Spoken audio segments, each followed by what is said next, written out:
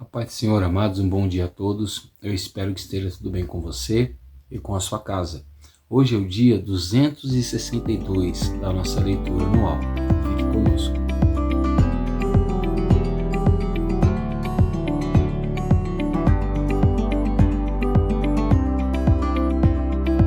Bom, amados, nós estamos dando início a um novo livro.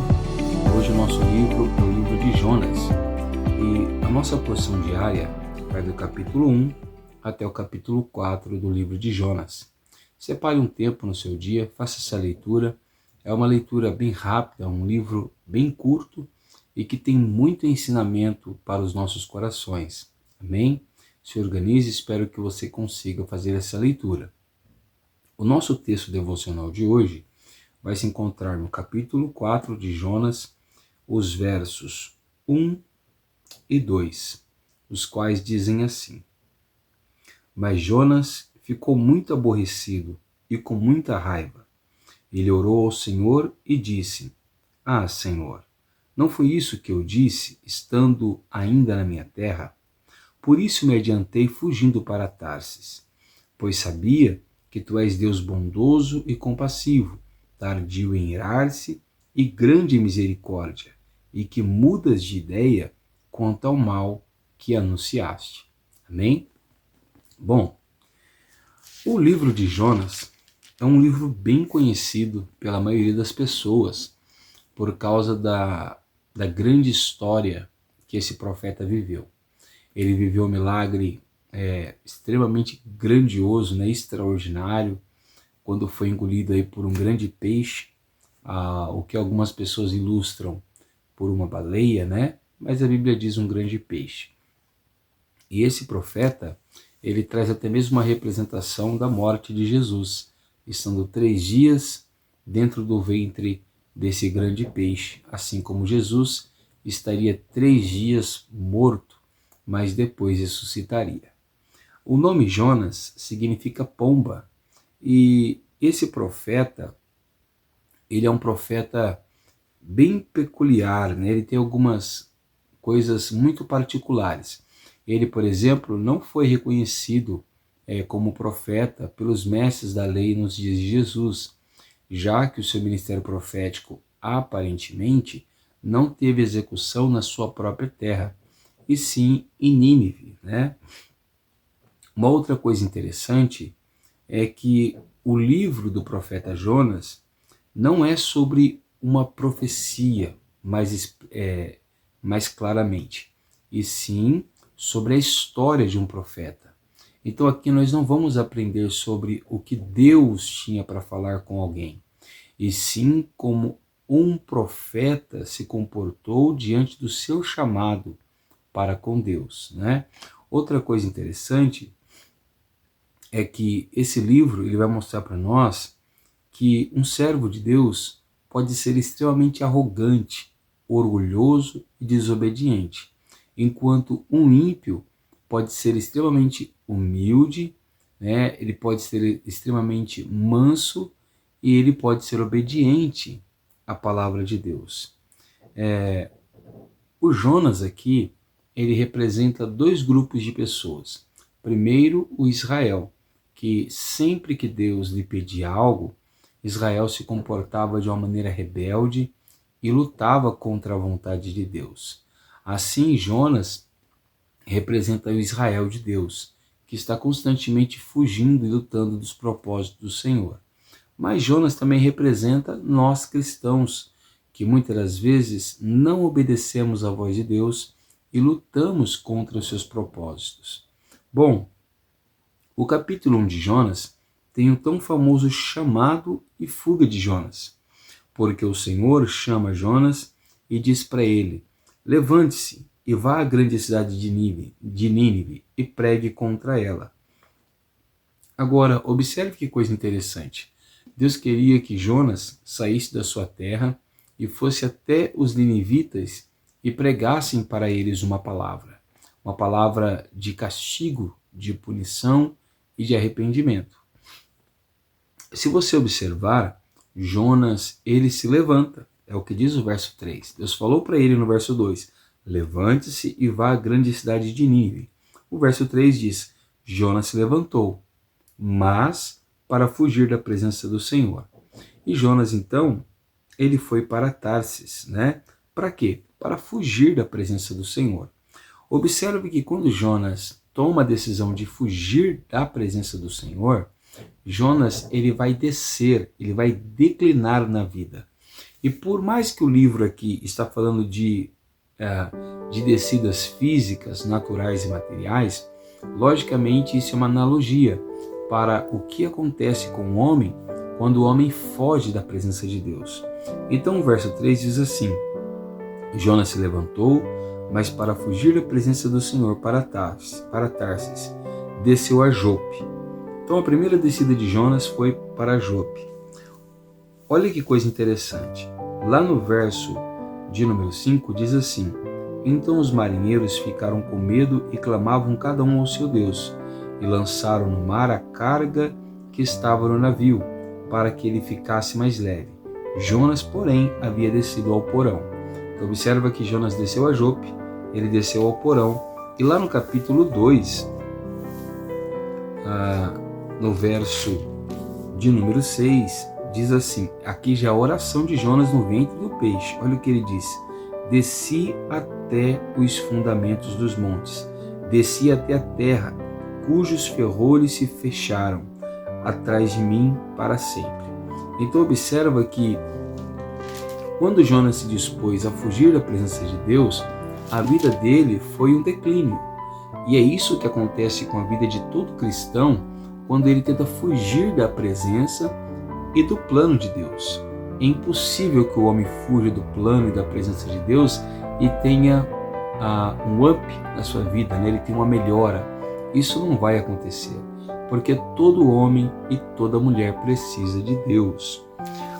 Uma outra coisa interessante é como no navio, quando Deus envia a tempestade sobre o navio onde Jonas havia se escondido, observa que todas as pessoas no navio estão preocupadas, elas estão aflitas, elas estão orando, clamando, jogando as cargas fora do navio. E Jonas, ele parece não sentir a preocupação de nada. Isso também é o que acontece com alguém que está fugindo da presença de Deus. Ele perde o senso de perigo. Lembra-se de Sansão, que nós já mencionamos aqui? Sansão, ele se esqueceu de que ele era um ser humano e que a força que ele tinha não era dele, mas que provinha de Deus. A mesma coisa agora está acontecendo com Jonas. Jonas fugiu de Deus, o navio estava quase se despedaçando e para Jonas estava tudo bem. Ele se esqueceu de que Deus sabia que ele estava ali no navio. Então os homens entram em desespero e descobrem que Jonas, lembram-se, né, de que Jonas está lá no porão e diz: o que você está fazendo aqui, homem? Por que você não está orando ao seu Deus? Por que você está dormindo no meio dessa tempestade? E o verso 8 mostra para nós algumas perguntas que eles fizeram para Jonas que nós deveríamos fazer para nós mesmos todos os dias. Olha o que diz o capítulo 1, verso 8.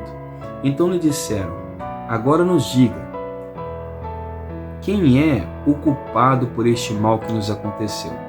Segunda pergunta: qual é a sua ocupação? Terceira pergunta: de onde você vem? E a próxima pergunta: qual é a sua terra? E a última pergunta: de que povo você é? Olha que coisa interessante. Observa que existem sofrimentos que vêm sobre as pessoas que estão ao nosso redor, que não é por causa do pecado delas. Observa que tem algumas dores que algumas pessoas enfrentam, que não é por culpa delas, e sim por nossa responsabilidade como cristão, por não obedecermos a Deus e nem ao nosso chamado. Então, nós temos que saber o porquê o mal está acontecendo na vida das pessoas.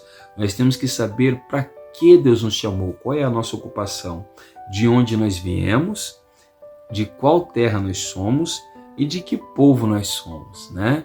Isso é muito importante. Bom, então Jonas fala para aquele povo que ele é servo do Deus vivo, Deus que criou os céus e a terra. E se você for ler, você vê que o temor se apoderou do coração daqueles marinheiros, mas não do coração de Jonas. Então Jonas diz que se eles jogassem Jonas no mar, o mar se aquietaria. E ao jogarem Jonas no mar, realmente o mar se aquietou. Deus enviou um grande peixe que engoliu Jonas. E Jonas esteve 3 dias e 3 noites no ventre do peixe. Então no capítulo 2 nós temos a oração que Jonas fez dentro do ventre do peixe. Você sabe o que é interessante? Em nenhum momento dessa oração existe um pedido de perdão de Jonas. Jonas não se sente culpado por tudo que aconteceu com os marinheiros e muito menos com a ira de Deus manifesta sobre ele. Para Jonas está tudo bem. Bom, mas lá no capítulo 3, depois de Jonas orar ao Senhor, o Senhor novamente faz com que o peixe leve Jonas até Nínive, e a palavra do Senhor vem sobre Jonas pela uma segunda vez. Então nós temos Jonas pregando agora em Nínive, lá no verso 4, e diz assim: e Jonas começou a percorrer a cidade,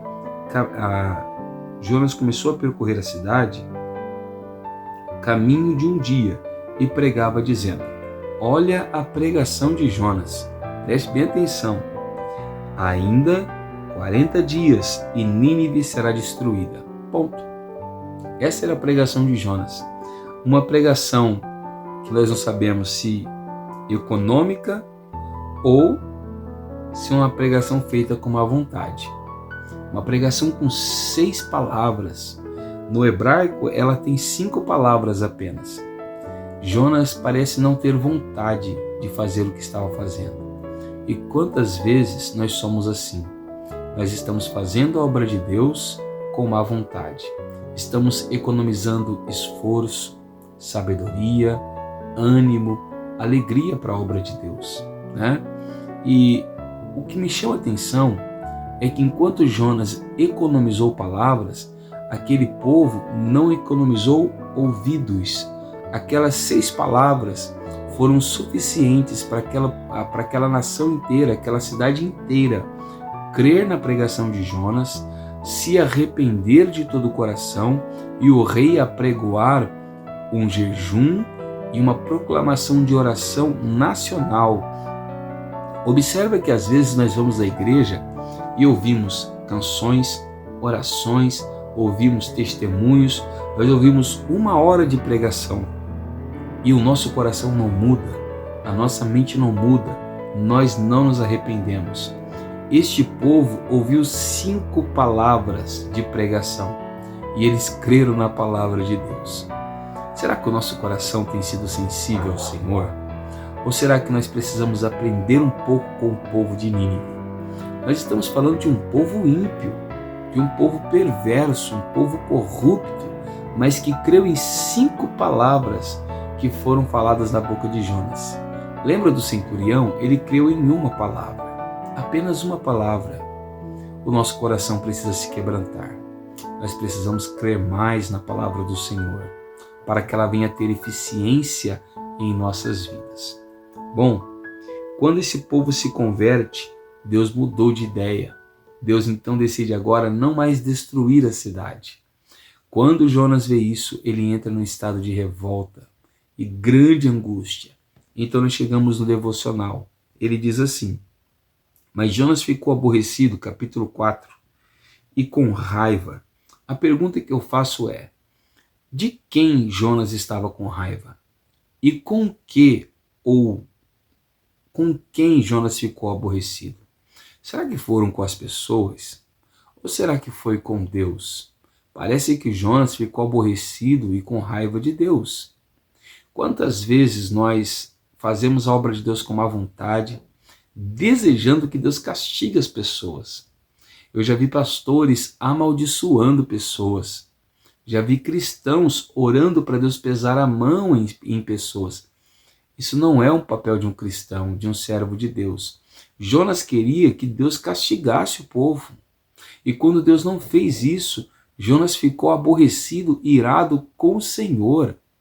Já observou que se Deus não fizer o que nós queremos, nós ficamos entristecidos, nós ficamos emburrados, com a cara fechada? Precisamos tomar um cuidado, pois podemos estar nos aborrecendo contra o Senhor como Jonas. Outra coisa interessante, Jonas sabia que Deus iria fazer uma obra. Jonas sabia que Deus iria mudar de ideia quando aquele povo se arrependesse. Ou seja, Jonas não queria que Deus tivesse misericórdia daquele povo. E aqui nós aprendemos uma coisa interessante. O prazer de Deus não é punir as pessoas, como nós já aprendemos em Ezequiel. O prazer de Deus não é castigar as pessoas. O prazer de Deus é que as pessoas se arrependam dos seus pecados e ele então mostre. Olha aqui o que Jonas disse. Pois adiantei fugindo para Tarsis, pois sabia que tu és, primeiro, um Deus bondoso, segundo, compassivo, terceiro, tardio em irar-se e quatro, grande em misericórdia. É isso que Deus quer que os homens conheçam. Deus quer que as pessoas saibam que Ele é um Deus bondoso, misericordioso, que Ele demora para se irar e que Ele quer salvar as pessoas. E quantas vezes nós temos apresentado um Deus vilão, um Deus carrancudo, um Deus que não quer salvar os ímpios, quando na verdade Deus está triste conosco por não obedecermos a sua palavra e Deus querendo salvar o pecador, né?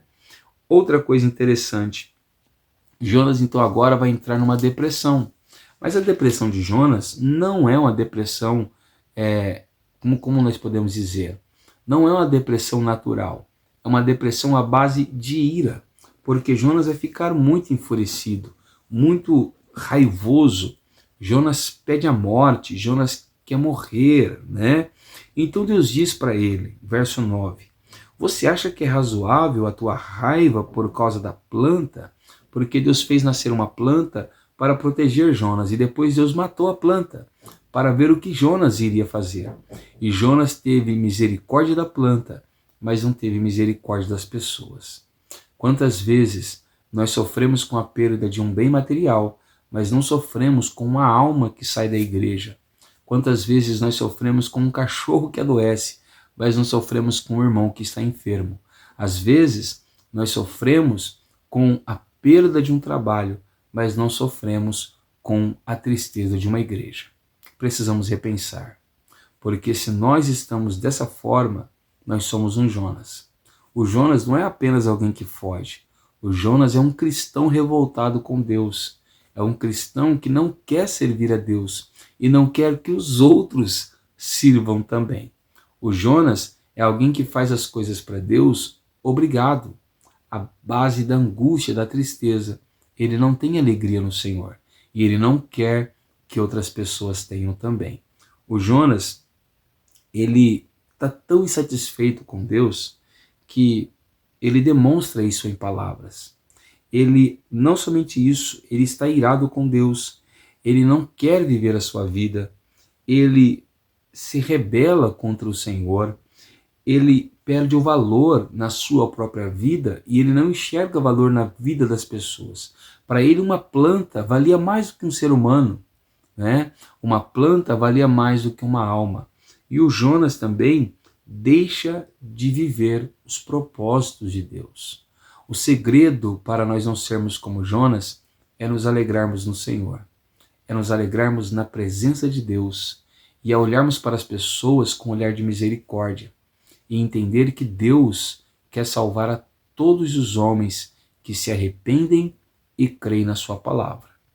A lição mais importante de Jonas é que, independente da nossa rebeldia ou não, os planos de Deus vão se cumprir, porque Deus é soberano e, como soberano, ele faz o que ele quer.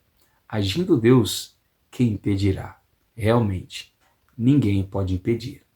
Eu sou o pastor Tiago, da Igreja Pentecostal Poder da Palavra, e eu quero orar com você nessa manhã. Abra o seu coração, feche os seus olhos e ore ao Senhor juntamente comigo. Senhor, nosso Deus e nosso Pai, nessa manhã, Senhor, nós queremos te louvar, queremos te bendizer e te glorificar pela sua bondade e pela sua graça. Somos gratos pelo seu amor e pela sua misericórdia. Vimos como o Senhor, em sua soberania, levou Jonas aonde o Senhor queria, mesmo Jonas não querendo. Isso mostra que não temos como fugir dos seus planos, ou dos seus propósitos, ou dos seus olhos, porque o Senhor tudo sabe, tudo vê e faz como o Senhor bem quer. Então nós te pedimos, Senhor, usa-nos da forma que o Senhor bem quiser, mas coloque em nosso coração alegria e prazer em servir e obedecer a tua presença. Que através de nós, pessoas possam crer em ti, se converter e serem salvas. Que o nosso coração não seja rancoroso, nem com o Senhor e nem com as almas a quem o Senhor tanto tem amado. É assim que nós te pedimos e te agradecemos. Em nome de Jesus, amém. Se você tem gostado do nosso trabalho, deixe o like, compartilhe esse vídeo com alguém que precisa ouvir essa palavra. E se você ainda não estiver inscrito no canal, se inscreva e ative o sininho. Assim todas as manhãs você será notificado. Amém? Que Deus te abençoe, fique com Ele e tenha uma ótima quarta-feira.